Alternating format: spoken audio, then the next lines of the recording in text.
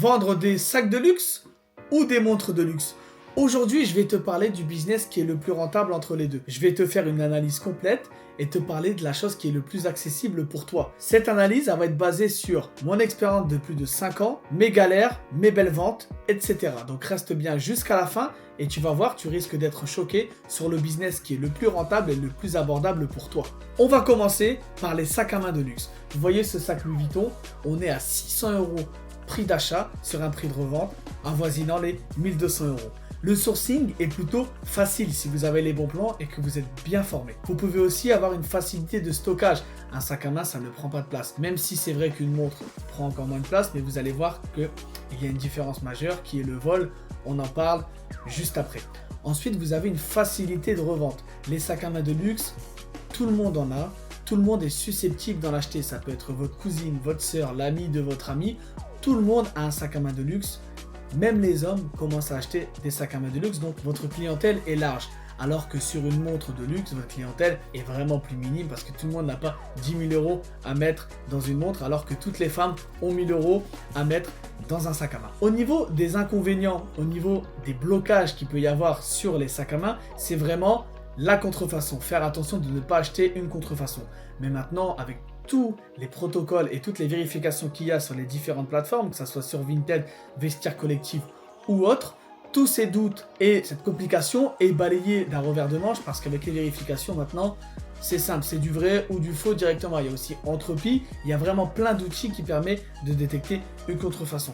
Donc, mis à part cela, moi je ne vois pas d'inconvénient de vendre des sacs à main de luxe. Et vraiment, la chose la plus importante, c'est que c'est accessible à tous. Il ne faut pas commencer avec des sacs à 3, 4, 5, 6, 7 000 €. Non, vous pouvez commencer avec des sacs à 2, 3, 400 €, même en seconde main Louis Vuitton ou en outlet chez Gucci. Donc voilà les avantages de vendre des sacs à main de luxe. Et il ne faut pas de réseau non plus pour revendre son sac à main. Il suffit de poster sur Vinted, Vestiaire Collectif, StockX ou une autre plateforme sur Instagram, etc. Et vous pouvez vendre. Les clients et les clientes se cachent partout. Là, on va parler des montres. Alors oui, c'est très intéressant de vendre des montres de luxe. Oui, c'est la hype et oui, il y a le côté statut. Mais sache une chose, les montres de luxe, si tu n'as pas de trésorerie, tu ne pourras pas en vendre. Mis à part si tu veux faire le middleman, mais c'est très compliqué parce qu'il faut trouver le vendeur de confiance et l'acheteur de confiance. Donc honnêtement, si tu n'as pas de réseau, ce serait très compliqué. Ce qu'il faut savoir avec les montres de luxe, c'est un business qui rapporte beaucoup d'argent, des belles marges, énormément d'argent pour celui qui a un réseau et qui a de la trésorerie. Aujourd'hui, pour gagner 1 000 € sur un sac à main, il se peut que je l'achète 3, 4, voire 500 €. Je fais mon petit x2, je fais 500 € de bénéfice, donc 1 000 € de chiffre d'affaires. Pour acheter une montre, il faut minimum 5 000 € déjà. Alors oui, vous allez peut-être la vendre 8, 9 000 €, mais sachez que vous aurez investi 5 000 €, donc ce n'est pas à ta portée et c'est peut-être pas à la portée de tout le monde. De plus, il faut avoir le réseau pour vendre une montre. Alors oui, vous allez me dire, il y a toujours des sites de revente, mais la confiance, je pense que lorsque vous allez emballer votre colis avec une montre à 10 000 €, c'est pas pareil qu'emballer un colis à 1 000 € et l'expédier via Vinted. Donc déjà, il y a cette barrière avec les montres, donc attention. Il y a aussi le stockage. Les montres, il faut faire attention. Alors oui, il y a des cambriolages dans les boutiques de luxe, mais sur les montres, il y a vraiment un attrait et les voleurs, les cambrioleurs sont vraiment à fond sur les montres et les bijoux. Donc il y a aussi le côté vol. Vous allez stocker des montres chez vous, peut-être que vous allez peut-être pas dormir sur vos deux oreilles, alors que si vous avez un ou deux sacs à main Louis Vuitton sous le lit, honnêtement, vous ne risquez rien, vous n'êtes pas le Louis Vuitton du 6e arrondissement, donc vous êtes tranquille.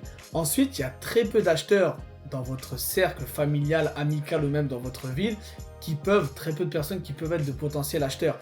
En France, au vu de la crise, au vu des vols à l'arraché, il y a de moins en moins d'acheteurs de montres de luxe, si ce n'est les grands chefs d'entreprise, mais faut-il encore les côtoyer? Alors qu'un sac à main Louis Vuitton, même la boulangère a peut-être un sac à main Louis Vuitton, c'est pas destiné à une élite. Donc pour les montres, ce que je conseille, c'est vraiment, si vous avez du réseau, de l'argent, pourquoi pas. Mais si vous débutez, ceux qui regardent la vidéo, si tu débutes, conseil, lance-toi dans les sacs à main. Moi, je mettrais 1-0 pour les sacs à main de luxe à ce niveau-là parce que c'est plus accessible, c'est plus simple aussi. Les montres, on est vraiment dans un domaine très spécifique, sans parler aussi de la contrefaçon des montres. Alors, je sais qu'il y a des montres qui sont contrefaites à 95%. Donc honnêtement, je n'irai pas. Ensuite, il y a aussi les listes d'attente qui sont vraiment très très longues, des fois plusieurs années chez Rolex. Donc si tu n'as pas de réseau, pas d'argent, 1-0 pour les sacs à main de luxe.